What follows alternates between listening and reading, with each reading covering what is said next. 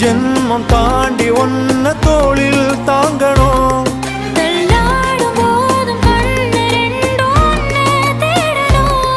உயிர் விட்டு போகும் அந்த நொடியில் உருவம் முன்னால் வரணும்.